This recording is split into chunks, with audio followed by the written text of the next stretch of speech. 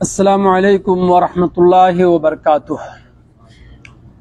ان الحمد للہ نحمده ونستعینه ونستغفره ونؤمن به ونتوکل علیہ ونعوذ باللہ من شرور انفسنا ومن سیئات اعمالنا من يهده الله فلا مضل له ومن يضلله فلا هادي له واشهد ان لا اله الا الله وحده لا شريك له واشهد ان محمدا عبده ورسوله۔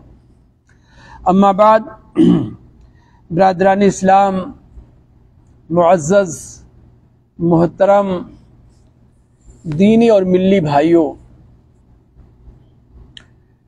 اللہ کا بڑا فضل اور احسان ہے جس نے ہمیں اور آپ کو اس دینی مجلس میں، علمی مجلس میں بیٹھنے کا موقع عنایت فرمایا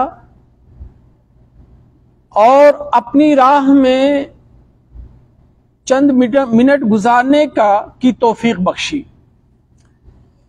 میرے بھائیوں، یہ ماہ محرم ہے 1445، جس کی آج 3 تاریخ ہے۔ ماہ محرم ہمارے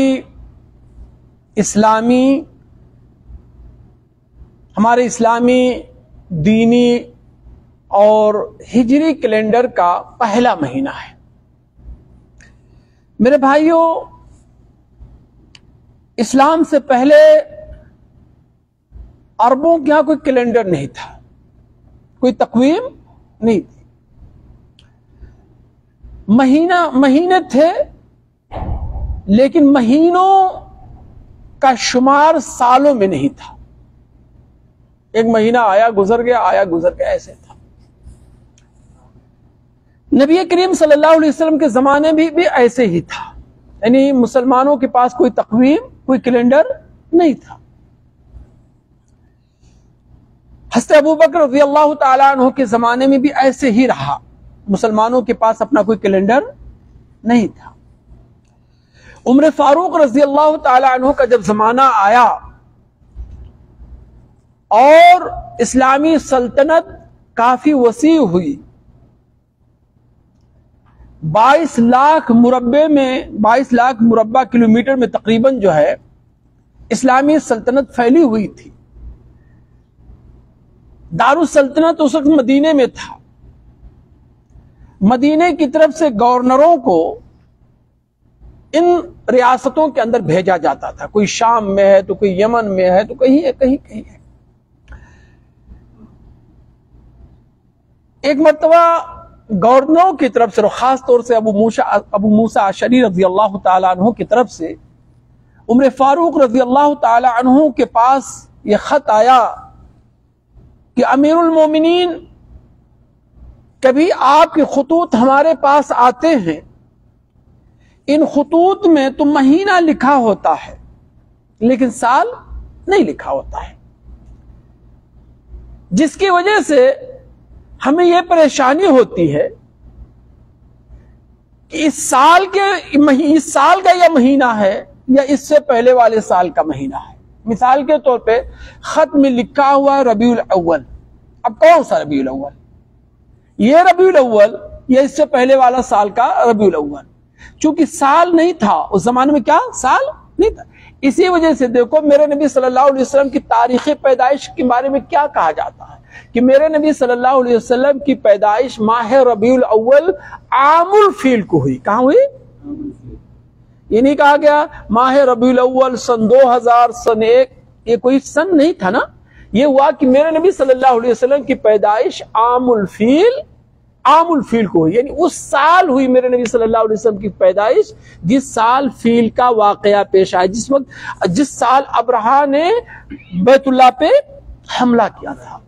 تو جب عمر فاروق رضی اللہ تعالیٰ عنہ کے زمانے میں شکایت کچھ گورنروں کی طرف سے موصول ہوئی تو عمر فاروق رضی اللہ تعالیٰ عنہ نے سوچا کہ بات صحیح ہے، یہ صحیح ہے، یقیناً یہ غلطی کا اس میں امکان ہے، کبھی کوئی بات انتہائی ضروری ہوتی ہے، گورنر کے پاس کوئی خط جائے اور اس میں ماہ ربیع الاول لکھا ہے، گورنر یہ سمجھے کہ گزشتہ سال کا ماہ ربیع الاول ہے یا یہ ربیع الاول ہے اور اسی حساب سے عمل کرے۔ چنانچہ حضرت عمر فاروق رضی اللہ تعالی عنہ نے صحابہ کرام کو بلایا اور ان سے مشورہ کیا کہ ہمارا بھی کوئی کیلنڈر ہونا چاہیے، ہماری بھی کوئی تقویم ہونی چاہیے۔ سارے صحابہ نے بھی اتفاق تقویم کی ضرورت کو محسوس کیا اور کہا یقیناً مسلمانوں کا کوئی کیلنڈر ہونا چاہیے۔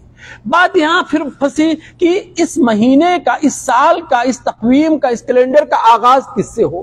کچھ لوگوں نے کچھ مشورہ دیا، کچھ لوگوں نے کچھ مشورہ دیا، لیکن عمر فاروق رضی اللہ تعالی عنہ نے جو مشورہ دیا میرے بھائی کہ ہماری تاریخ جو ہے ہجرت سے شروع، ہجرت کے سال سے شروع، نبوت کے سال سے میرے عمر فاروق نے نہیں کیا، کسی اور حادثے نے کیا، ہجرت کے سال سے کیا، کہ ہجرت کا سال ہمارا پہلا سال ہوگا، ہماری تقویم کا پہلا سال ہوگا، ہماری کیلنڈر کا پہلا سال ہوگا۔ جیسے آج ہم کہتے ہیں نا کہ کون سی تاریخ، کون سا دن ہے، 3 محرم 1445، 1445، یعنی میرے نبی صلی اللہ علیہ وسلم جس سال ہجرت کیے تھے اس وقت سے لے کر کے آج تک 1445 سال گزر گئے۔ کتنے گزر گئے؟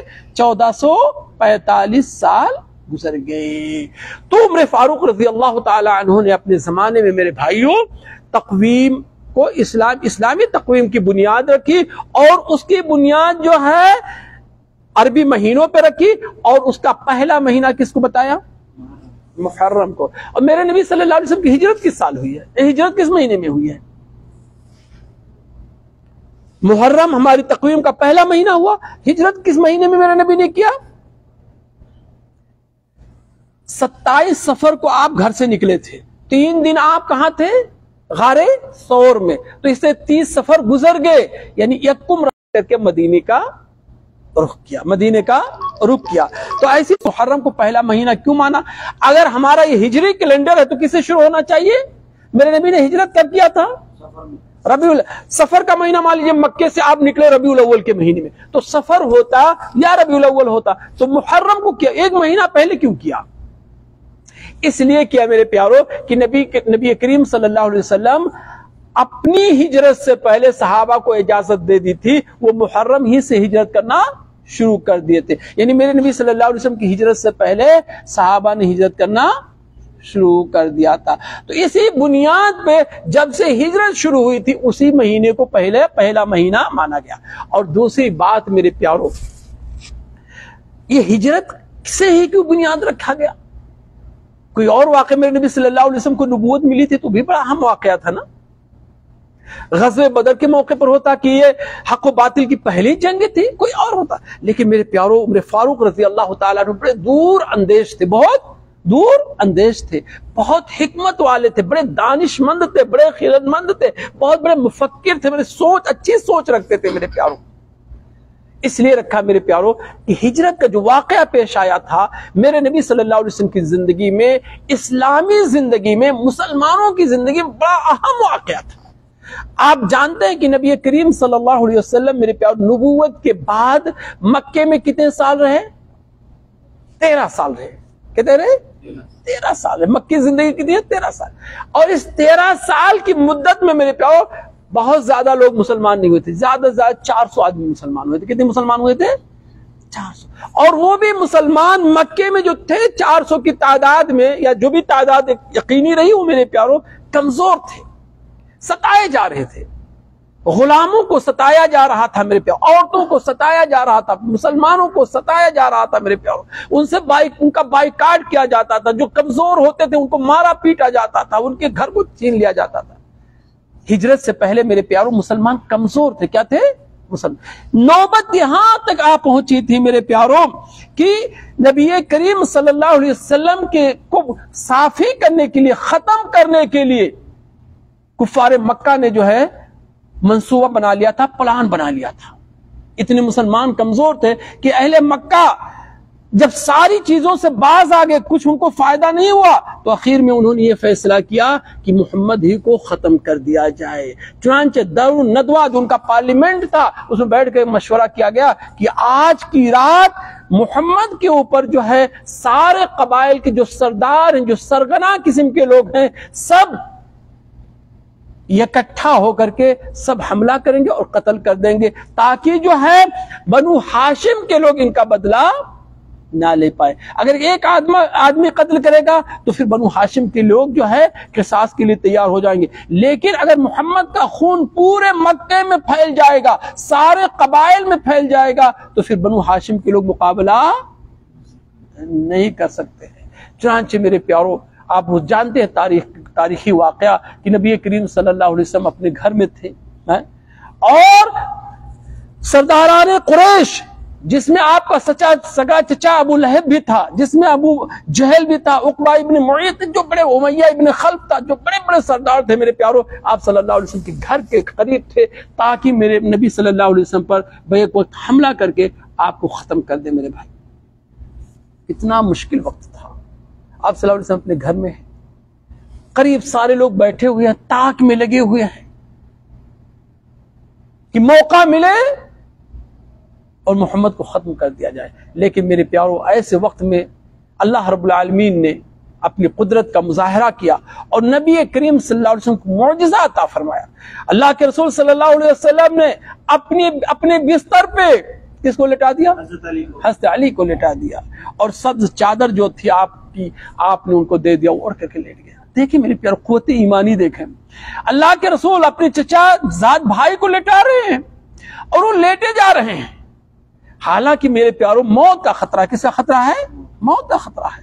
لوگ تاک میں لگے ہوئے، میرے نبی کو اس کا علم ہو چکا ہے، میرے نبی کو اس کا جبریل آ کے بتا چکے ہیں کہ سرداران قریش آپ کے قتل کرنے کا پلان اور منصوبہ بنا چکے، آپ کو قتل کیا جائے گا، قتل کرنے کی کوشش کر رہے ہیں۔ لیکن میرے پیاروں، یہ بھی بتایا کہ لیکن اللہ آپ کو بچائے گا، اللہ آپ کو بچائے گا۔ چنانچہ حضرت علی بھی میرے پیاروں اطمینان کے ساتھ، سکون کے ساتھ بستر پہ لیٹ گئے، کسی تردد کے بغیر، کوئی تردد نہیں کیا۔ اور اللہ کے رسول صلی اللہ علیہ وسلم، اللہ کے رسول تھوڑی سی مٹی اٹھاتے ہیں اور نکلتے ہیں اور پھینکتے ہوئے چلے جاتے ہیں، سب لوگ سو گئے کہ کسی کو آپ صلی اللہ علیہ وسلم نظر ہی نہیں آتے ہیں۔ چنانچہ اللہ رب العالمین نے قرآن مجید میں اس واقعے کو ذکر کیا ہے، وَإِذْ يَمْكُرُ بِكَ الَّذِينَ كَفَرُوا لِيُثْبِتُوكَ أَوْ يَقْتُلُوكَ أَوْ يُخْرِجُوكَ وَيَمْكُرُونَ وَيَمْكُرُ اللَّهُ وَاللَّهُ خَيْرُ الْمَاكِرِينَ۔ اے میرے نبی، اس واقعے کو یاد کیجئے جب کافر لوگ آپ کے خلاف تدبیر کر رہے تھے، منصوبے بنا رہے تھے، پلاننگ کر رہے تھے، مشورے کر رہے تھے، کیا کر رہے تھے؟ لیثبتوک، تاکہ آپ کو قید کر دیا جائے، پکڑ کر کے محمد کو قید کر دو، محمد اپنی دعوت کو دوسروں تک نہ پہنچا پائیں، محمد اپنی بات کو دوسروں تک نہ پہنچا پائیں، او یقتلوک، یا محمد کی گردن ہی اڑا دو، او یخرجوک، یا محمد کو شہر بدر کر دو، جلا وطن کر دو، تاکہ جب محمد رہیں گے نہیں صلی اللہ علیہ وسلم تو پھر یہ دعوت کا کام کون کرے گا؟ وَيَمْكُرُونَ، اللہ اس کے بعد کہتے وَيَمْكُرُونَ، یہ لوگ اپنی تدبیریں چل رہے تھے، اپنی چالیں چل رہے تھے، اپنے منصوبے بنا رہے تھے، وَيَمْكُرُ اللَّهُ، اور اللہ رب العالمین ان کی تدبیروں کو الٹ رہا تھا۔ تم سوچو، ہم تمہارے دلوں کے راز کو جانتے ہیں، تمہاری پلاننگ کو جانتے ہیں، تمہارے منصوبوں کو جانتے ہیں، ان سارے منصوبوں کو ہم ناکام کریں گے۔ تو میرے بھائی، میرے نبی صلی اللہ علیہ وسلم اپنے بستر سے اٹھے، حضرت علی کو اپنی جگہ پہ لٹایا اور خود مٹی لے کر کے نکل گئے۔ اللہ نے پھر دوسری جگہ کہا وَجَعَلْنَا مِن بَيْنِ أَيْدِيهِمْ سَدًّا وَمِن خَلْفِهِمْ سَدًّا فَأَغْشَيْنَاهُمْ فَهُمْ لَا يُبْصِرُونَ، ہم نے ان کافروں کے آگے بھی دیوار کر دیا، پیچھے بھی دیوار کر دیا، ہم نے ان کی آنکھوں کو ڈھانپ دیا، یہ میرے نبی کو دیکھ نہیں پائے، نکال لیا اللہ رب العالمین نے۔ جیسے کہتے ہیں نا میرے پیاروں، شیروں کے نرغے سے اگر کسی شکار کو نکال لیا جائے، شیر دیکھتے رہ جائے، میرے نبی صلی اللہ علیہ وسلم کے قتل کے منتظر تھے، اللہ نے آپ کو نکال لیا اور آپ نکل گئے۔ بہرحال یہی نہیں ہوا، اس کے بعد میرے نبی صلی اللہ علیہ وسلم وہاں سے نکلے تو کہ اجنبی آدمی ان کے پاس آیا، کہا کیا کر رہے ہو، کس چیز کا انتظار کر رہے ہو؟ کہا محمد کا انتظار کر رہے ہیں، ابھی نکلیں گے تو ان کو کہا وہ نکل چکے ہیں، کہا وہ نکل چکے، وہ جا چکے ہیں، جا چکے ہیں، ہاں جا چکے ہیں۔ سارے لوگ پریشان، کیسے نکلے محمد صلی اللہ علیہ وسلم، کہاں سے نکلے، کس طرف سے نکلے؟ ہم ان کے گھر کے چاروں طرف بیٹھے ہوئے ہیں۔ گئے گھر میں، دیکھا چادر اٹھایا تو نیچے کون؟ حضرت علی۔ اس کا پھیل گئے پورے مکے میں، مکے کی ہر گلی کو چھانا، مکے کے ہر راستے کو دیکھا، مکے کے ہر پہاڑی کو دیکھا، اور سب سے بڑی دلیل ہے کہ مکے کی ہر پہاڑی کو دیکھا میرے پیاروں، وہ لوگ جانتے تھے کہ مدینہ والوں سے مسلمانوں کا کچھ رابطہ ہو چکا ہے۔ تو ظاہر بات ہے جب مکے مدینہ والوں سے مکے والوں کا رابطہ ہو گیا، میرے نبی کا رابطہ ہو گیا ہے، تو زیادہ تلاش کس راستے پہ انہوں نے کیا ہوگا؟ مدینے کے راستے پہ۔ اور ثور کا راستہ مدینے کے راستے پہ نہیں ہے۔ مدینہ مکے سے کس طرف ہے؟ شمال کی طرف، اور ثور میرے پیاروں غار ثور جنوب کی طرف ہے، یمن کی طرف ہے۔ اس کا مطلب کہ یمن کی طرف ہے، اور وہاں بھی کچھ لوگ تلاشتے ہوئے گئے، پہنچ گئے، غار کے منہ پہ پہنچے کہ نہیں پہنچے؟ اس کا مطلب اس قدر ان لوگوں نے تلاشا نا کہ جو متوقع جگہ تھی وہاں تو گئے ہی گئے، جو غیر متوقع جگہ تھی وہاں بھی جا کر کے دیکھا کہ یہاں ہے کہ نہیں ہے۔ بہرحال یہ بڑا مشہور و معروف واقعہ ہے میرے عزیز دوستو کہ اللہ رب العالمین نے کس طرح اپنے نبی کو بچایا۔ غار ثور میں آپ جب چھپے، آپ کے ساتھ حضرت ابو بکر رضی اللہ تعالی عنہ تھے، 3 دن کیسے قیام کیا، پھر کسی وقت میں تفصیل سے بتاؤں گا، آج کچھ موضوعات رہ نہ جائیں، لیکن دیکھیں کیسا عجیب و غریب واقعہ ہے میرے پیاروں۔ ایک تو شروع ہی میں 11 سردار آپ صلی اللہ علیہ وسلم کے گھر بیٹھے ہوئے ہیں، قریب میں بیٹھے ہوئے ہیں، اور اللہ کے رسول صلی اللہ علیہ وسلم جو ہے انہیں کے بیچ سے نکل رہے ہیں، انہیں احساس نہیں ہوا۔ پھر مکے کی ہر جگہ تلاش رہے ہیں، میرے نبی کو نہیں پا رہے ہیں، حالانکہ 3 دن تک مکے میں غار ثور میں اللہ کے رسول صلی اللہ علیہ وسلم تھے۔ پھر غار ثور کے منہ پہ جاتے ہیں اور وہاں بھی تلاش کرتے، ادھر ادھر دیکھتے ہیں، لیکن میرے نبی کو نہیں پاتے ہیں۔ اور ایک نے اگر دیکھ بھی لیا، قریب جانے کی کوشش کی، تو نتیجہ کیا نکلا؟ نہیں، وہ تو غار سے نکلنے کے بعد، یہ تو واقعہ جو ہوا جب آپ غار سے نکلے تو ایک آدمی آپ کی تلاش میں آپ کے قریب پہنچ چکا تھا۔ وہ کون تھا؟ سراقہ ابن مالک ابن جعشم پہنچ گیا میرے نبی کے قریب، لیکن جب حملہ کرنے کی کوشش کی تو اس کے گھوڑے کے پیر دونوں زمین میں دھس گئے۔ 3 مرتبہ اس نے کوشش کی، ہر مرتبہ اس کے پیر دھس گئے۔ آخر میں وہ سمجھ گیا یہ عام آدمی نہیں ہے، یہ رسول ہے، کلمہ پڑھا، اور اس کے بعد وہی وقت آپ صلی اللہ علیہ وسلم سے اپنے لیے امان لکھوا لیا، اور وہی اللہ کے رسول صلی اللہ علیہ وسلم نے خوشخبری بھی دے دیا کہ سراقہ اس وقت تمہاری کیفیت کیسی ہوگی جب کسرا کے دونوں کنگن تمہارے ہاتھوں میں ہوں گے۔ جو کسرا کا بادشاہ ہے نا، اس کے جو کنگن ہے نا وہ تمہارے ہاتھوں میں ہوں گے۔ ہاں، نبی صلی اللہ علیہ وسلم بھاگ کے خود جا رہے ہیں اور خوشخبری کیا دے رہے ہیں؟ وقت کے سپر پاور کو فتح کرنے کی، کہ ایک وقت ایسا مسلمانوں پہ آئے گا کہ جو وقت کا سپر پاور قیصر و کسرا تھے، مسلمان اس کو فتح کریں گے، اور مسلمان جو فتح کریں گے، جو کنگن ملے گا وہ کس کو دیا جائے گا؟ سراقہ ابن مالک ابن جعشم کو دیا جائے گا۔ حضرت عمر فاروق رضی اللہ تعالیٰ عنہ کے زمانے میں جب فتح ہوا میرے پیار، تو انہوں نے ان کو دیا میرے پیار۔ بہرحال یہ ہوا، یہ میرے پیار اس وجہ سے، اس عظیم معجزے کی وجہ، اور یہی نہیں میرے پیار، مسلمان کمزور تھے مدینہ مکے میں، اور مدینہ پہنچے تو انہوں نے اپنی ریاست بنا لی، کہ نہیں بنا لی؟ مسلمان چھپ چھپ کر کے مدینہ مکے میں دعوت دیتے تھے، اور مدینہ پہنچے تو کھل کر کے دعوت دینا شروع کر دیا۔ مکے میں مسلمان کمزور تھے میرے پیاروں، مسلمانوں کو ستایا جا رہا تھا، لیکن مدینے میں کوئی اب ستانے والا نہیں رہا، بلکہ جو مسلمانوں سے دشمنی کرتے تھے وہ بھی میرے پیاروں زبان سے مسلمانوں سے ہمدردی کرنے پہ مجبور ہو گئے۔ ایسے ہی لوگوں کو تو منافق کہا گیا، کہ نہیں کہا گیا؟ منافق کون لوگ تھے مکے میں؟ کوئی منافق کیوں مکے میں اور مدینے میں منافق بہت تھے؟ مکے میں اس لیے منافق نہیں تھے کہ مسلمانوں سے کوئی ڈر نہیں تھا، جو جس کے زبان میں آتا وہ کہتا، اور جو کرنا چاہتا وہ کرتا، لیکن جب مدینہ میں پہنچے اور مسلمانوں کی طاقت بڑھی میرے پیاروں، تو نہ زبان کھسے میں کہنے کی طاقت رہے گی اور نہ ہاتھ اٹھانے کی طاقت رہے گی، بس کیا بچا؟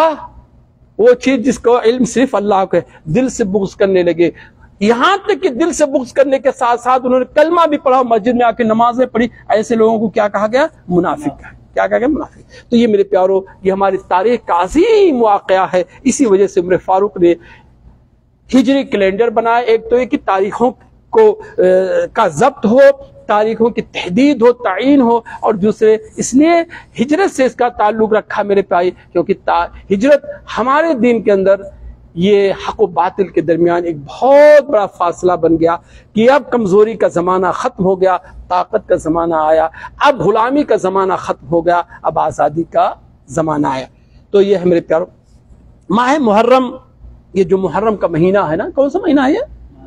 کہ ربیع الاول کا مہینہ ہے، محرم کا مہینہ ہے۔ بارہا ہم نے عرض کیا ہے کہ یہ محرم کا مہینہ ان 4 مہینوں میں سے ہے جسے یہ کہا جاتا ہے، وہ کیا کہا جاتا ہے؟ حرمت والے مہینے۔ حرمت والے مہینے 4 ہیں کہ 5 ہیں؟ 4 ہیں۔ کون کون ہیں؟ رجب، ذوالقعدہ، ذوالحجہ، محرم، رجب۔ یہ محرم میرے پیاروں انہی مہینوں میں، یعنی حرمت والے مہینوں میں سے ایک مہینہ ہے۔ حرمت والا مہینہ میرے پیاروں کیا؟ یعنی قابل عزت مہینوں میں سے ایک مہینہ ہے۔ اس مہینے میں بطور خاص بندوں کو گناہ کے کاموں سے بچنا چاہیے، بطور خاص گناہوں کے کاموں سے۔ عام دنوں میں آپ گناہ کا کام کریں گے اتنی سزا نہیں ہوگی جتنا آپ حرمت والے مہینے میں کریں گے۔ علماء کے درمیان یہ قاعدہ ہے میرے پیاروں کہ اچھائیاں اور برائیاں وقت اور زمانے کے حساب سے بڑھتی اور گھٹتی ہیں۔ مثال کے طور پہ میرے پیاروں، ایک غلط کام آپ سلیل میں کریں اور وہی غلط کام جا کے مکے میں کریں تو دونوں برابر ہوں گے؟ نہیں برابر ہوں گے میرے پیاروں، دونوں برابر نہیں ہوں گے۔ ایک غلط کام آپ عام دن میں کریں اور وہی کام غلط میرے پیاروں آپ حرمت والے مہینے میں، تو دونوں برابر نہیں۔ جیسے مکہ اور سلیل دونوں جگہ بدل گئی، مکہ کا مقام اونچا ہے، مدینہ کا مقام اونچا ہے، سلیل کا وہ مقام نہیں ہے۔ جو جرم یہاں کریں گے اگر وہی جرم آپ وہاں کریں تو وہاں کے جرم کی سزا یہاں کے جرم کی سزا سے زیادہ۔ ایسے جو حرمت والے مہینے میرے پیار ان میں جو آپ گناہ کریں گے اور جو حرمت والے مہینے نہیں ہیں ان میں آپ گناہ کریں گے، گناہ ایک ہوگا لیکن سزا دونوں کی الگ الگ، سزا میں فرق ہوگا میرے۔ تو یہ حرمت والے مہینے میں ہمیں عام دنوں کی بنسبت زیادہ سے زیادہ گناہوں سے بچنا چاہیے اور نیکیاں کرنی چاہیے۔ دوسری بات میرے پیاروں، ماہ محرم کے تعلق سے میرے نبی صلی اللہ علیہ وسلم نے فرمایا کہ افضل الصیام بعد رمضان شہر اللہ المحرم وافضل الصلاة بعد الفریضہ صلاة اللیل، کہ روزوں میں سب سے بہترین روزہ ماہ رمضان کے بعد وہ کس کا روزہ ہے؟ محرم کا روزہ ہے۔ شہر اللہ، اللہ کے مہینہ، اللہ اکبر، سارے مہینے اللہ کے ہیں نا؟ تو اللہ نے کہا، اللہ کے رسول نے کہا اللہ کے مہینے محرم کا روزہ ہے۔ تو اس میں 2 فضیلت معلوم ہوئی، ایک تو اس مہینے کے روزہ رکھنے کی فضیلت معلوم ہوئی اور دوسرے اس مہینے کی فضیلت معلوم ہوئی کہ نبی نے اس مہینے کو کس سے منسوب کیا ہے؟ اللہ سے منسوب کیا۔ سارے مہینے ہیں اللہ کے نا، لیکن یہاں نسبت کر دیا اللہ کی طرف۔ جیسے آدمی کے 5 لڑکے ہوں میرے پیاروں، 5 بیٹے، سارے بیٹے اس کے ہیں نا، لیکن کسی بیٹے کو کہتا ہے یہ میرا بیٹا ہے، تو 4 کس کے ہیں؟ 4 بھی تو اس کے ہے نا، لیکن 5ویں کو بیٹا ہے اس نے کیوں بنایا؟ کہ اس کو اس کے اندر کوئی خصوصیت ہے، وہ عزت زیادہ کرتا، وہ احترام باپ کی زیادہ کرتا ہے نا، یا باپ کی خدمت زیادہ کرتا، باپ کا دیکھ بھال کرتا، اس لیے وہ باپ کہتا ہے یہ بیٹا میرا، حالانکہ وہ 4 بیٹے بھی اس کے ہیں۔ تو ایسے میرے پیاروں اللہ رب العالمین کی طرف سے اللہ کی طرف میرے نبی صلی اللہ علیہ وسلم نے کہا کہ سب سے بہترین روزہ جو ہے وہ کس کا روزہ ہے؟ اللہ کے مہینے محرم کا روزہ ہے۔ اور سب سے بہترین نماز فرض نماز کے بعد تہجد کی نماز ہے، قیام اللیل کی نماز ہے، رات کی نماز ہے میرے پیاری نماز ہے۔ تو اس سے معلوم ہوا کہ محرم کے مہینے میں ہمیں زیادہ سے زیادہ روزہ رکھنا چاہیے، 1 روزہ، 10 روزہ، 15 روزہ، جتنا آدمی رکھ سکے رکھے، اس کی بہت فضیلت اور اس کی بہت ہے۔ اسی ماہ محرم میں میرے پیاروں ایک دن ہے یوم عاشورہ۔ کیا ہے؟ یوم عاشورہ، 10 محرم کا دن۔ کس کا دن؟ 10 محرم کا دن۔ اس دن روزہ رکھنے کی بڑی فضیلت ہے، اس دن روزہ رکھنے کی بڑی فضیلت ہے۔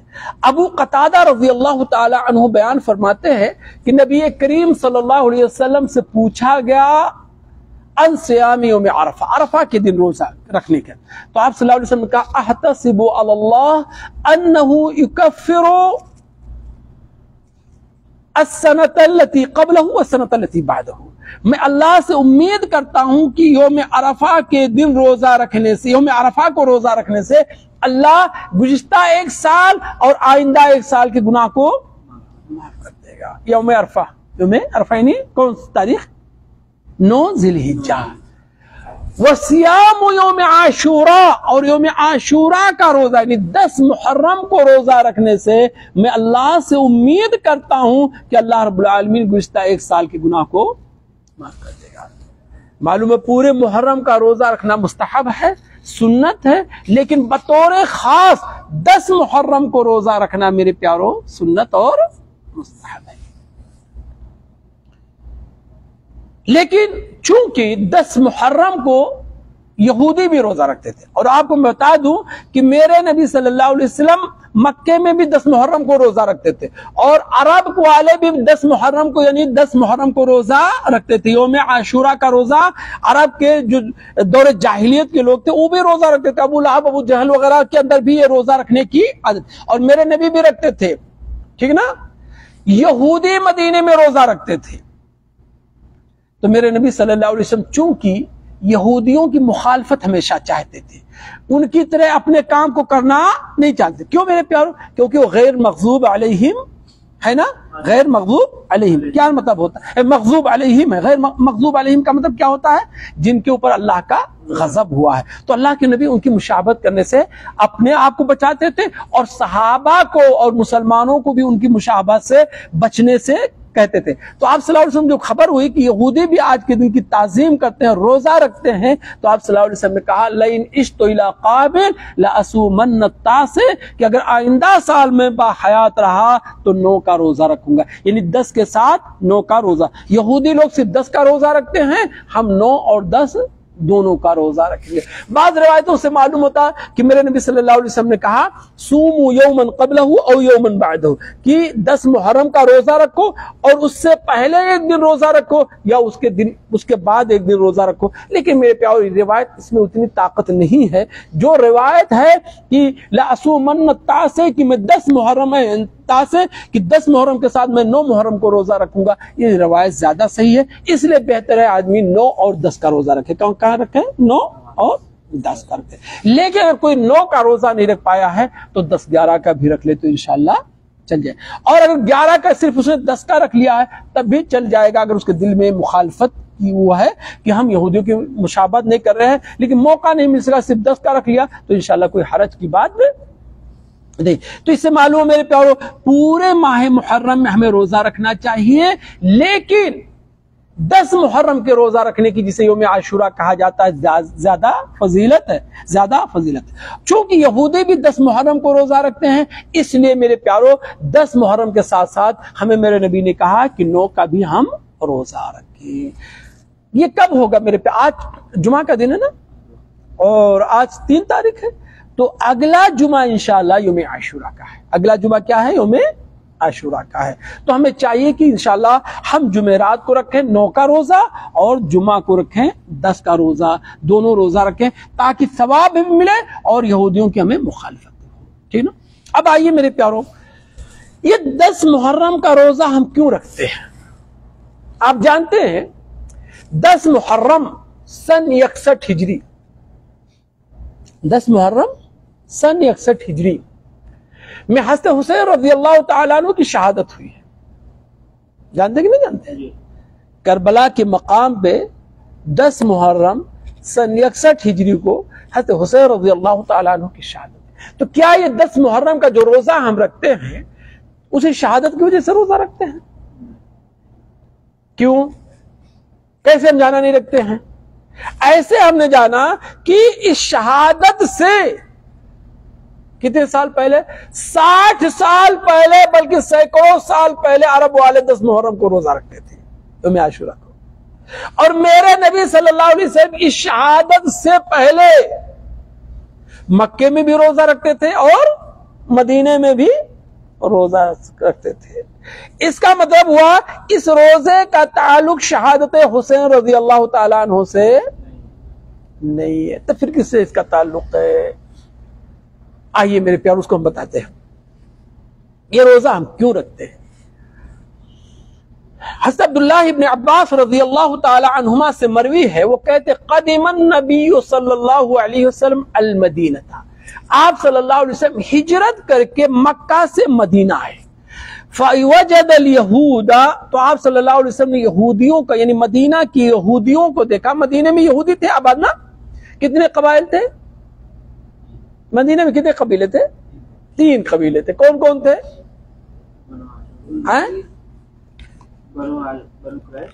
بنو قریش،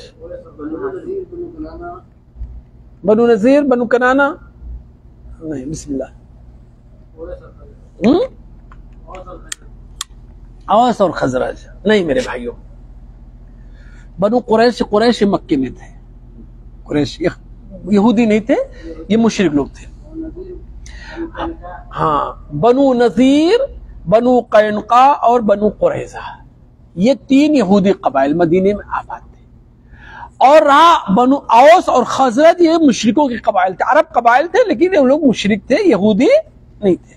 بہرحال میرے نبی صلی اللہ علیہ وسلم جب مکے سے ہجرت کر کے آئے، حضرت عبداللہ ابن عباس رضی اللہ تعالی عنہما بیان فرماتے ہیں تو دیکھا کہ اہل مدینہ یعنی مدینہ کی یہودی جو ہے 10 محرم کو روزہ رکھ رہے ہیں. تو آپ صلی اللہ علیہ وسلم نے کہا ما ھذا، یہ کیا ہے، کیوں تم روزہ رکھ رہے ہو؟ تو ان لوگوں نے کہا ھذا یوم صالح، اور بعض روایتوں میں ھذا یوم عظیم، آج کا دن بہت اچھا دن ہے. اور دوسری روایت کی تھا آج کا دن بہت بڑا دن ہے. ھذا یوم نجى اللہ فیہ بنی اسرائیل وموسیٰ من عدوہم، آج کا وہ دن ہے جس دن اللہ رب العالمین نے بنو اسرائیل اور موسیٰ علیہ السلام کو ان کے دشمن فرعون اور اس کی لشکر سے نجات دیا تھا. اس کی لشکر سے کیا دیا تھا میرے پیارو؟ نجات دیا تھا. فصامہ موسیٰ، تو آج کے دن موسیٰ علیہ السلام نے کیا رکھا تھا؟ روزہ رکھا تھا. تو نبی کریم صلی اللہ علیہ وسلم کہا فَنَحْنُ أَحَقُّ بِمُوسَى مِنْكُمْ، ہم تو موسیٰ کے تم سے زیادہ قریب ہیں، ہم موسیٰ کی شریعت کے تم سے زیادہ قریب ہیں. تم نے موسیٰ کی شریعت میں تحریف کر دیا، موسیٰ کے دین میں تحریف کر دیا، اور ہم موسیٰ کی اصل دین ہی کی تو تبلیغ کے لیے آئے ہوئی. فصامہ وامر بصیامہ، تو نبی کریم صلی اللہ علیہ وسلم نے 10 محرم کو روزہ رکھا اور صحابہ کو بھی روزہ رکھنے کی تلقین کی.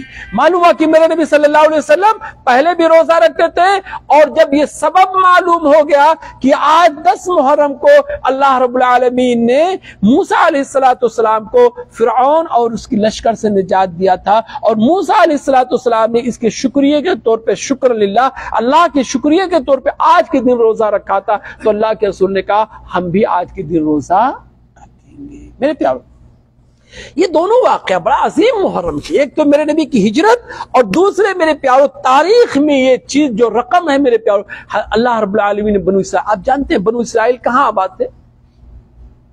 مصر میں آباد تھے. وہ مصر میں آباد تھے میرے پیارو جس مصر میں بنو اسرائیل کو غلام بنا کے رکھا گیا تھا.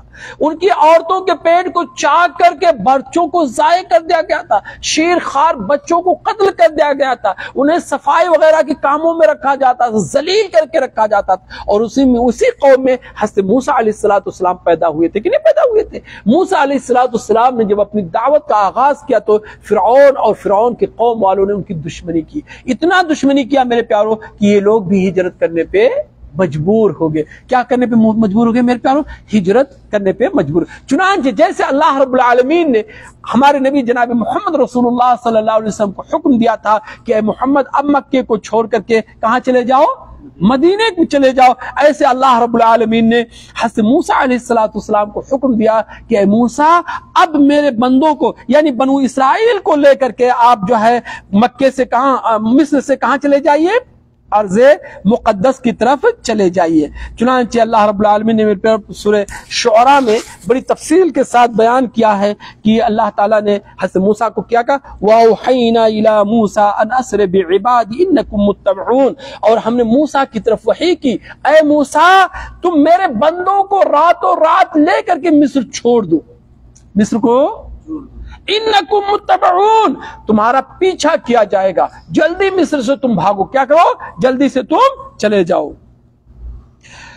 فارسل فرعون فی المدائن حاشرین، تو جب فرعون کو معلوم ہوا کہ بنو اسرائیل کے لوگ بھاگ گئے تو سارے شہروں میں اس نے اعلان کروا دیا کہ اب موسیٰ اور ان کی قوم کا پیچھا کرنا ہے، انہیں پکڑنا ہے، ان کو ان کی سزا دینا، ان کی اس بغاوت کا انہیں سزا دینا ہے۔ ان هؤلاء لشرذمۃ قلیلون، یہ بڑی چھوٹی جماعت ہے، یہ موسیٰ اور ان کے ساتھ جو بنو اسرائیل ہے یہ بڑے کم لوگ ہیں، تھوڑے سے لوگ ہیں۔ وَإِنَّا لَنَا لَغَائِظُونَ، اور ہمیں یہ لوگ وَإِنَّهُمْ لَنَا لَغَائِظُونَ، اور ہمیں غصہ دلا رہے ہیں، ان کی ہمت، ان غلاموں کی ہمت، ان کمزوروں کی ہمت، یہ ہماری خدمت گزاروں کی ہمت، یہ ہمیں غصہ دلا رہے ہیں۔ آپ ان کو پکڑیں گے ہم، اور پکڑ کر کے ان کو نیستو نابود کر دیں گے۔ سبحان اللہ، نعوذ باللہ، نعوذ باللہ۔ میرے پیارو یہ سورہ شعراء کی آیات ہے میرے پیارو۔ چنانچہ میرے پیارو حضرت موسیٰ علیہ السلام بنو اسرائیل کو لے کر کے چل دیے، کس طرف چل دیے؟ مصر سے نکلے، ارض مقدس کی طرف چلے۔ ارض مقدس کون سی جگہ؟ میرے فلسطین جگہ ہے، لیکن جانتے ہیں مصر اور فلسطین کے درمیان ایک سمندر ہے جس کا نام کیا ہے؟ بحر احمر ہے، بحر احمر ہے میرے پیارو، جس کو بحر قلزم بھی کہا جاتا ہے۔ کیا کہا جاتا ہے؟ بحر قلزم۔ آج یہ سمندر اسلامی سمندر ہے، مسلمان سمندر ہے۔ کون سمندر؟ بحر احمر۔ کیسے میرے پیارو؟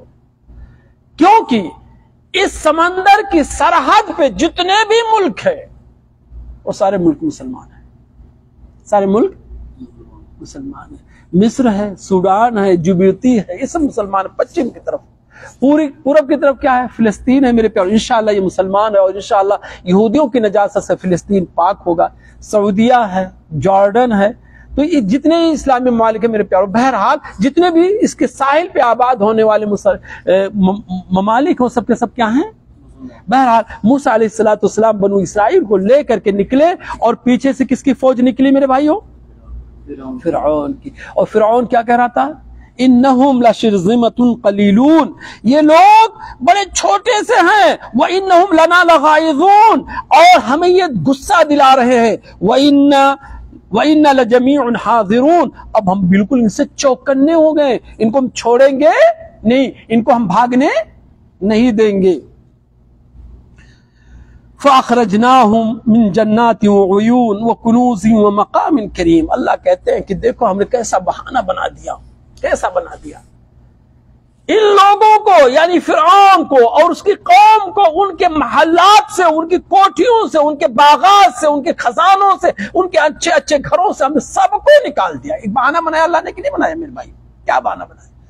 کہ پیچھا کرنا کس کا ہے؟ بنو اسرائیل کا۔ مصر کا ہر فرد نکل پڑا، سب لوگ غصے میں ہیں، سارے کے سارے نکل رہے، پیچھا کر رہے ہیں۔ گھر چھوڑ دیا، کوٹھیاں چھوڑ دیا، محلات چھوڑ دیے، باغات چھوڑ دیے، کھیتیاں چھوڑ دی، زر زمین سب کچھ چھوڑ دیا۔ ایک بہانہ بنایا تھا اللہ، سب کو اللہ تعالیٰ تباہ کرنا چاہتا تھا، سب کو اللہ ختم کرنا چاہتا تھا، کیونکہ اللہ کے باغی تھے، اللہ کے نبی کے باغی تھے، اللہ کی کلمہ پڑھنے والوں کے باغی تھے۔ اس لیے میرے پیارو ہمیں مایوس نہیں ہونا چاہیے، ہمارے حالات کتنے بھی برے ہو جائیں میرے پیارو، ہمارے حالات کتنے بھی کمزور ہو جائیں، کبھی ہمیں مایوس نہیں ہونا چاہیے۔ بنو اسرائیل کے حالات ہم سے بھی کمزور ہوئے تھے، اللہ رب العالمین نے طاقتور قوم کو کیسے بنا لیا کہ جتنی بھی کوٹھیاں تھی، محلات تھے، گھر تھے، باغات تھے، خزانے تھے، سب کچھ سے اللہ نے ان کو نکالا۔ کہاں لے جا رہا ہے اللہ رب العالمین؟ اپنی مرضی سے جا رہے ہیں، اپنے مقتل کی طرف، اپنی قتل گاہ کی طرف، اپنی موت کی طرف، اپنی ہلاکت کی طرف۔ اللہ تعالیٰ نے کیسے دیکھے میرے پیار نقشہ کھینچا ہے۔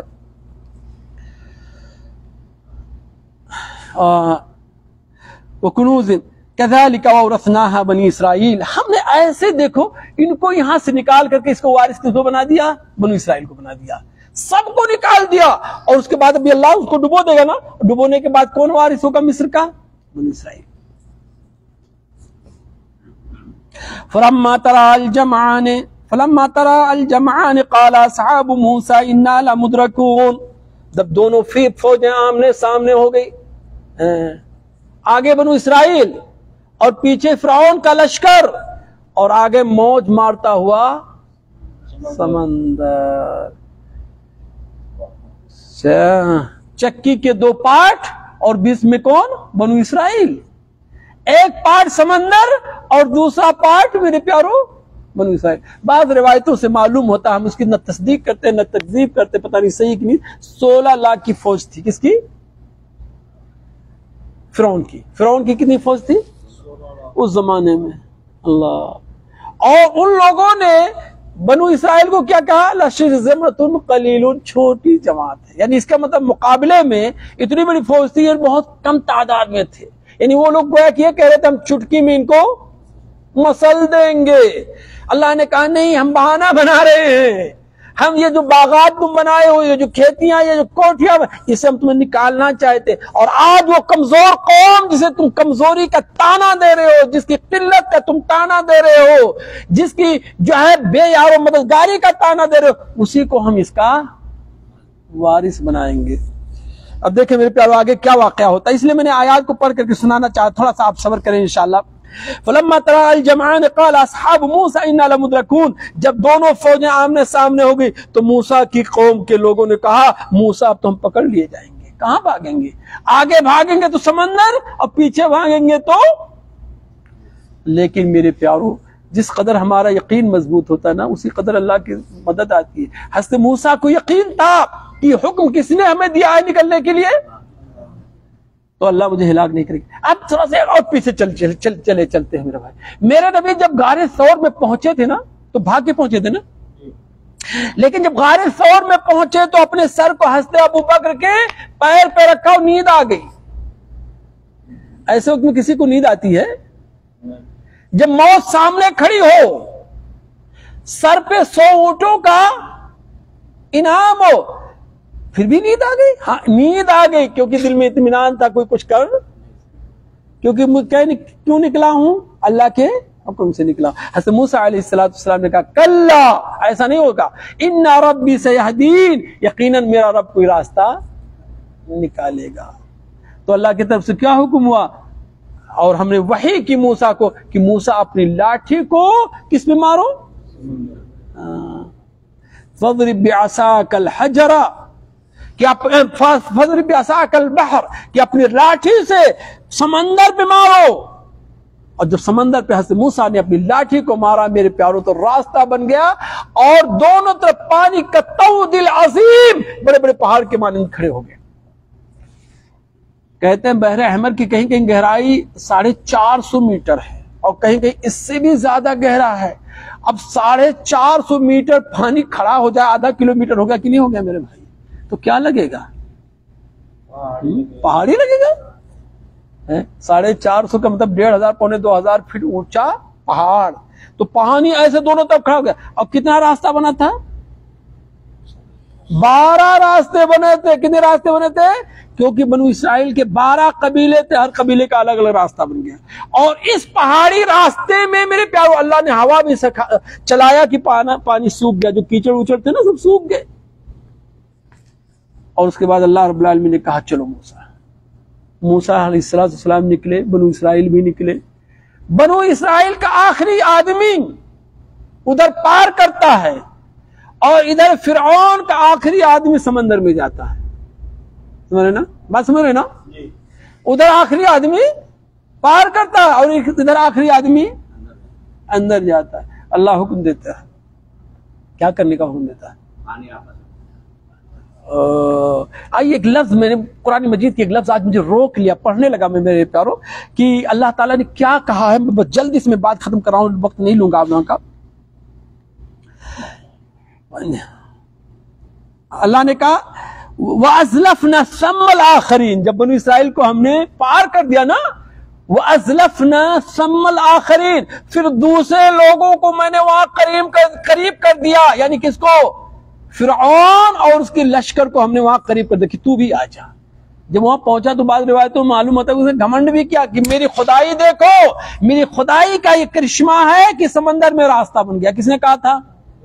یہ نہیں سمجھا کہ کمبخت, یہ کہتے علم غیب جانتے تھے, علم غیب تھے. اور پیر صاحب کے کھانے کے نیچے بوٹی تھی مرغے کی نا, اوپر چاول اور نیچے مرغے کی بوٹی. پیر صاحب نہیں جان گئے تھے, وہ تو دعویٰ کرتے تھے مریدوں سے, لیکن ان کو پتا وہاں نہیں چلا. جب مریدنی سے کہا کھاؤ, کہا کیا سوکھا چاول کھا سکتے ہیں؟ تو کہا پیر صاحب آپ اتنی دور کی خبر بتا سکتے ہیں, لیکن چاول کے نیچے بوٹی رکھی اس کی خبر آپ نہیں بتا سکتے. وہ فرعون جو خدائی کا دعویٰ کر رہا تھا, وہ ظالم یہ نہیں سمجھ پایا کہ میرا راستہ نہیں ہے, یہ میرے لیے جال ہے. کیا ہے؟ جال ہے. تجھے علم نہیں, پھر بھی خدائی کا دعویٰ. بہرحال میرے پیارو, اغراق حضرت موسیٰ علیہ السلام نے جب یہاں سے پار کر کے گئے تو روزہ رکھا. آج اسی وجہ سے ہم روزہ رکھتے ہیں. آج ہم اسی نبی کی سنت پہ عمل کرتے ہوئے اور بطور شکریہ کہ ہم آج روزہ رکھتے ہیں. اس کا تعلق شہادت حسین رضی اللہ تعالیٰ عنہ سے نہیں ہے. لیکن میرے پیارو, یہ جو رافضی ہیں, جو شیعہ ہیں نا, آج کے دن سبیل پلاتے ہیں. کہا کیا کرتے ہیں؟ سبیل پلا. سبیل جانتے ہیں نا؟ نہیں جانتے؟ سبیل اتنی عام چیز ہے. پانی پلاتے ہیں, شربت پلاتے ہیں نا.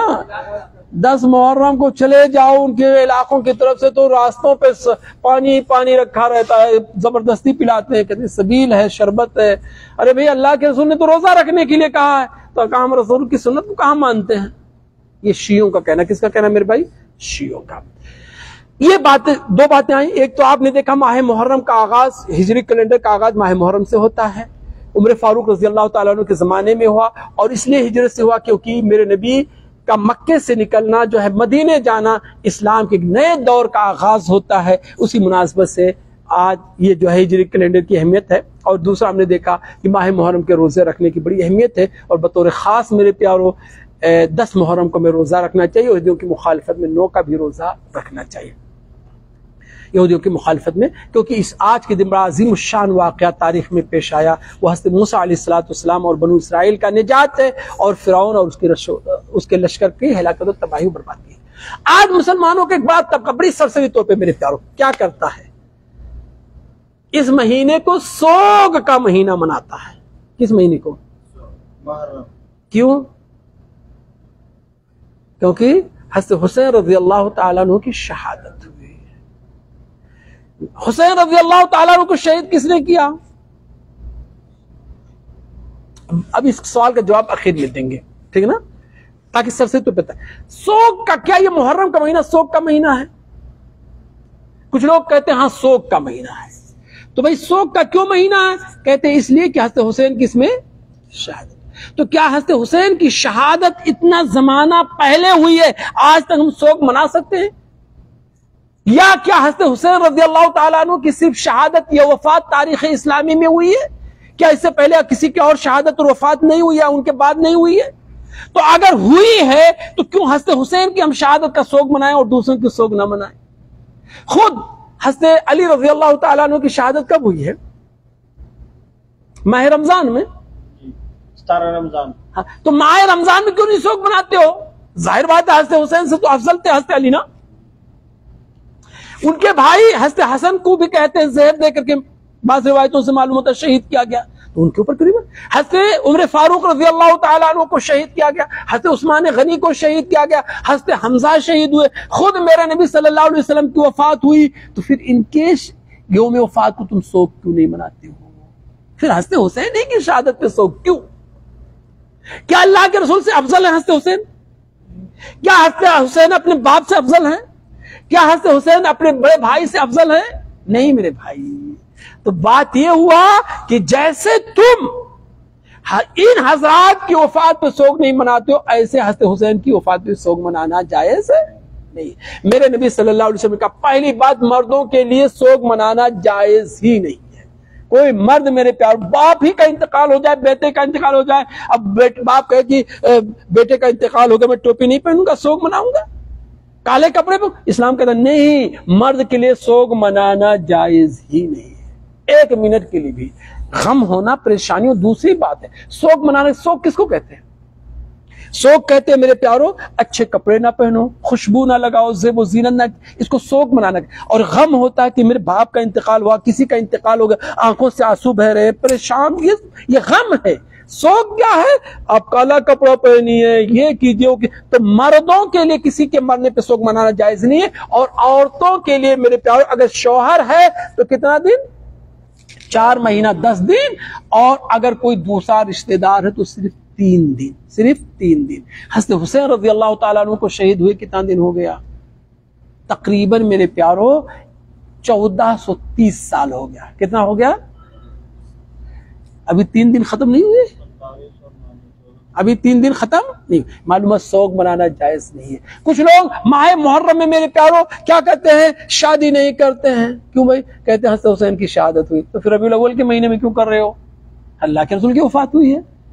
رمضان کے مہینے میں کیوں کر رہے ہو؟ حضرت علی کی شہادت ہوئی ہے۔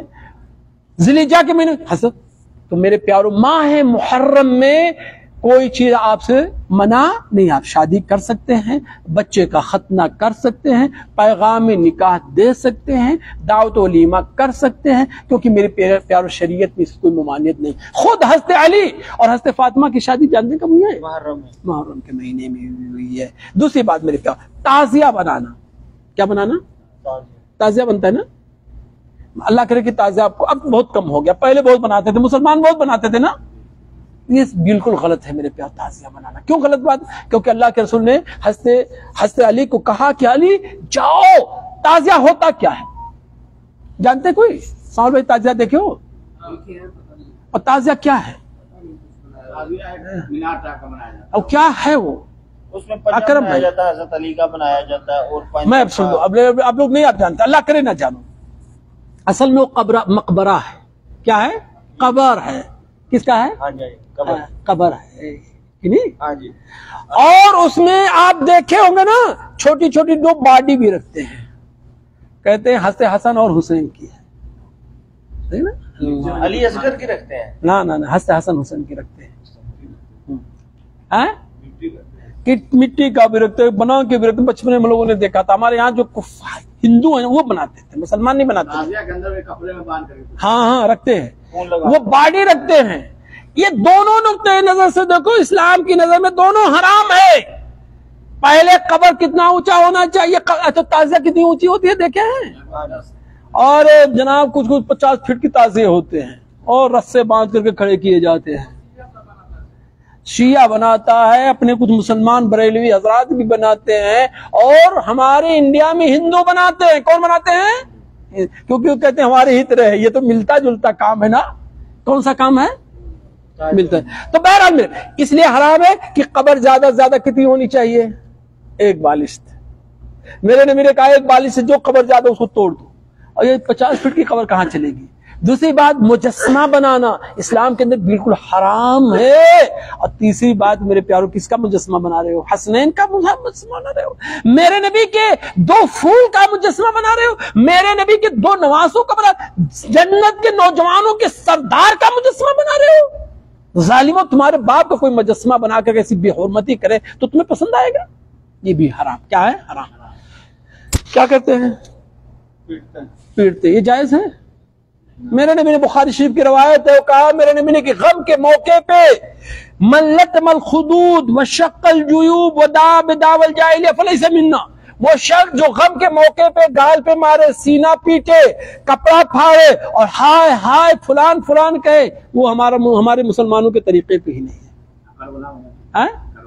وہی جاتے ہیں نا، پیٹتے، ڈھول بجاتے جاتے ہیں، تاشے بجاتے جاتے ہیں، سینہ کوڑتے جاتے ہیں۔ ہمارے علاقے میں کچھ بریلوی حضرات تھے اور کچھ شیعہ حضرات تھے، میں ان کو دیکھا ہوں بچپن میں میرے پیاروں۔ یہ حرام ہے۔ کیا ہے؟ یہ شیعوں کی دین ہے۔ کس کی دین ہے میرے بھائی؟ شیعوں کی دین ہے۔ آج بریلوی حضرات بھی کرتے ہیں۔ کیا کرتے ہیں؟ بریلوی حضرات بھی کرتے ہیں۔ تو معلوم تعزیہ بنانا حرام، معلوم ہوا نعوذ باللہ نوحہ کرنا حرام۔ نوحہ جانتے ہیں؟ نوحہ کس کو کہتے ہیں؟ ان کے غم میں رونا، یا ہاں، کسی مرنے والے کا نام لے کر ارے فلان آپ تو ایسے تھے ایسے تھے۔ اور آج مرثیہ میں یہی ہوتا ہے۔ میرے نبی صلی اللہ علیہ وسلم نے فرمایا کہ نوحہ کرنے والی عورت اگر مرنے سے پہلے توبہ نہیں کر لیتی ہے تو قیامت کے دن اسے تارکول کا لباس پہنایا جائے گا اور اسے جہنم میں ڈالا جائے گا. نوحہ کرتی ہماری خواتین نہ کرتی، اب بھی کرتی ہیں. یہ سب غلط. کیا ہوا میرے بھائیو؟ غلط. اب قاتل حسین کون؟ بات بہت رہے گی پھر کبھی انشاءاللہ. قاتل حسین کون ہے؟ کیا حضرت حسین رضی اللہ، ایک دو منٹ لوں گا بس، ختم بات کر رہا ہوں. کیا حضرت حسین رضی اللہ تعالیٰ عنہ جب مکے سے نکلے تھے کوفہ کے لیے تو اسلام اور کفر کی یہ جنگ تھی؟ نہیں. کچھ لوگ کہتے ہیں اسلام اور کفر کی جنگ تھی. نہیں تھی. کیوں نہیں تھی؟ کیوں نہیں تھی؟ ایک سنو، دو بات. اگر پہلی بات حضرت حسین جنگ کرنے کے لیے نکلے ہی نہیں تھے. اگر جنگ کی بات ہوتی تو صرف 72 آدمی جاتے. یہ کوئی عقل مندی ہے؟ 10,000 کا مقابلہ کرنے کے لیے صرف 72 آدمی ہو. 72 میں کون؟ مرد عورت بچے ساتھ. معلوم کہاں سے حسین جنگ کرنے گئے تھے؟ نہیں گئے تھے. کہاں کی اسلام؟ دوسری بات، اگر یہ اسلامی جنگ ہوتی تو صحابہ کیوں نہیں گئے؟ کیا اہل بیت سے ان کو محبت نہیں تھی؟ تیسری بات، اگر یہ جنگ اسلامی ہوتی تو حضرت عبداللہ ابن عباس جو حضرت علی کے کون تھے؟ حضرت علی کے کون تھے؟ حضرت علی کے چچا زاد بھائی تھے. اور حضرت حسین کے کیا ہوئے؟ ایک رشتے سے ماموں ہوئے، ایک رشتے سے چچا ہوئے. ایک رشتے سے کیا ہوئے؟ ماموں ہوئے، اور رشتے سے غور کر لیں گے آپ لوگ بعد میں. وہ پڑھے تھے کہ نہ جاؤ نہ جاؤ، کوفہ والے بڑے غدار ہیں، دھوکے باز ہے، فریب کار ہے. باپ کو بھی دھوکہ دیا ہے، بھائی کو بھی دیکھا جب تیسرا تم جا رہے ہو. حضرت عبداللہ ابن عمر نے روکا کہ نہ جاؤ نہ جاؤ، دھوکے باز ہے، غدار ہے، نہ جاؤ. خود حضرت حسین کے بھائی محمد ابن حنفیہ، محمد ابن حنفیہ کون تھے؟ بھائی تھے. کس کے؟ بس حضرت فاطمہ کے بطن سے نہیں تھے. سب روک رہے. یہ کیسے کفر کی جنگ؟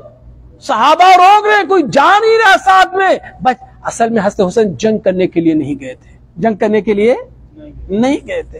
جنگ کرنے کے لیے جاتے تو تیاری کر کے جاتے. وہ اتنے ہوشیار تھے، تیاری کر کے جاتے، لاؤ لشکر کے ساتھ جاتے، فوج کے ساتھ جاتے، صحابہ کو ساتھ میں لے کے جاتے، اپنے تمام ہمدردوں کو ساتھ میں لے کے جاتے. لیکن جنگ کرنے کا مقصد ہی نہیں تھا. مقصد وہ غداروں کا ایک دھوکہ تھا. دھوکے میں آگے عالم الغیب نہیں تھے. علم غیب اگر جانتے کہ اتنے بڑے غدار ہیں تو کبھی وہ حضرت حسین رضی اللہ تعالیٰ عنہ وہاں گئے تو وہی جنہوں نے بلایا تھا بڑے سارے خطوط لکھ کر کے، وہی کوفہ میں آ کر کے، وہی جو ہے کربلا میں آ کر کے انہوں نے جنگ کیا. اور انہی کے ہاتھوں سے یہ شمر ابن جوشن جس نے حضرت حسین تلوار چلایا تھا نا، اسنان ابن ابی سنان، یہ سب حضرت علی رضی اللہ تعالیٰ عنہ کے ساتھ رہ سکے. یہ سب شیعہ تھے. کون تھے یہ؟ کوفہ والے کون تھے؟ شیعہ. کیوں بتائے شیعہ تھے؟ آپ جانتے ہیں خلفائے کتنے؟ خلفائے 4 نا.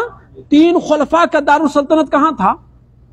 مدینہ میں. کون؟ حضرت ابوبکر کا دارالخلافت کہاں تھا؟ مدینہ میں. حضرت عمر کا دارالخلافت کہاں تھا؟ مدینہ میں. حضرت عثمان غنی کا دارالخلافت کہاں تھا؟ مدینہ میں. حضرت علی کوفہ میں چلے گئے تھے. کہاں چلے گئے تھے؟ کوفہ میں چلے گئے تھے. وہی جنہوں نے دھوکہ حضرت علی کے ساتھ پہلے جنگ صفین اور جنگ جمل میں دیا تھا، وہی سب شیعہ، یہ غدار عبداللہ ابن ابی سبا یہودی کے سب پیروکار اکٹھا ہو گئے تھے. حضرت علی کو بھی دھوکہ، پوری زندگی پریشان کر کے رکھا تھا. پوری 4 سال کی جو بھی ان کا دور اقتدار تھا، 4-5 سال پریشان. بھائی حضرت حسن کو 6 مہینہ پریشان کر کے رکھ دیا تھا. حضرت حسن نے دست برداری اختیار کر کے مجھے حکومت نہیں چاہیے، جاؤ میں نے چھوڑتا ہوں معاویہ کے لیے.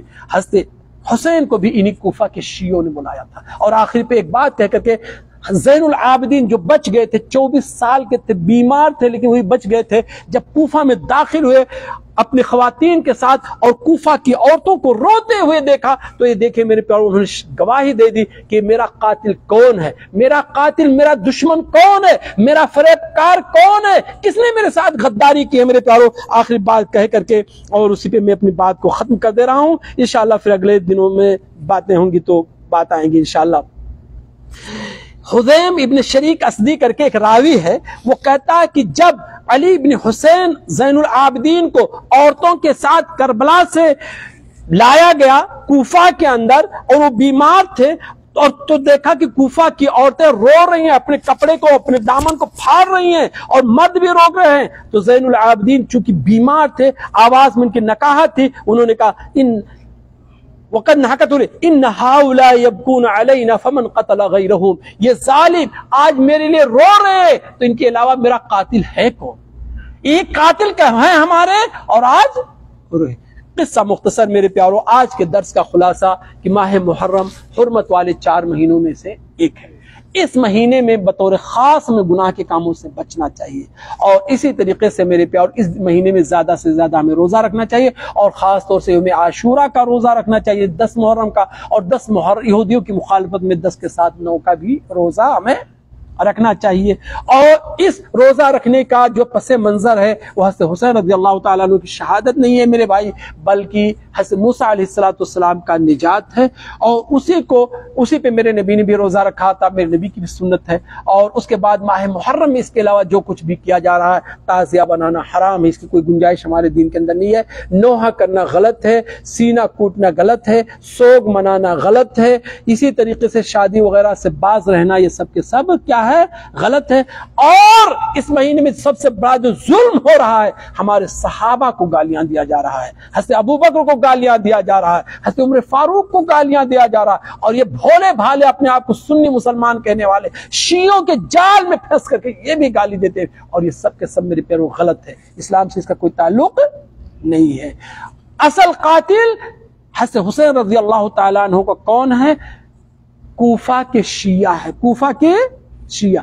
وہی کوفہ کے شیعہ آج اپنے غم کو، اپنی ظلم کو چھپانے کے لیے اس کو دوسروں کے سر تھوپ رہے ہیں، اور اسی سر پہ تھوپنے کی وجہ سے ہم صحابہ کو بھی گالی دیتے ہیں، تابعین کو بھی گالی دیتے ہیں. اللہ سے دعا ہے اللہ ہم سب کو اپنے زبان کی حفاظت کرنے کی توفیق بخشے. اللہ رب العالمین ہمیں حق بات کہنے اور حق پہ عمل کرنے کی توفیق بخشے. وصلی اللہ علی نبینا محمد. جزاکم اللہ خیر. سوال ہے، اگر کوئی لڑکی اگر اپنی پسند شادی